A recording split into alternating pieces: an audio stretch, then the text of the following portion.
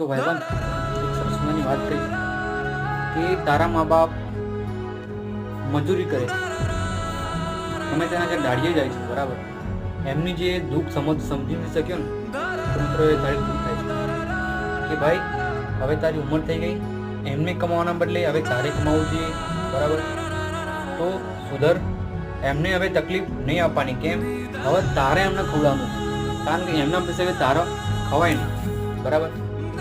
તો ખાલી એટલી મારી વાત યાદ રાખજે તો કંઈક ગમે તે જગ્યાએ નોકરી પકડી લે, સારું ભણ, કંઈ ના કરતો હોય તો યુટ્યુબમાં પોતાની ચેનલ ચાલુ કર, શું કર, તો એમને ખરેખર પ્રાઉડ ફીલ થાય કે ભાઈ મારો છોકરો કંઈક કરી રહ્યો બરાબર.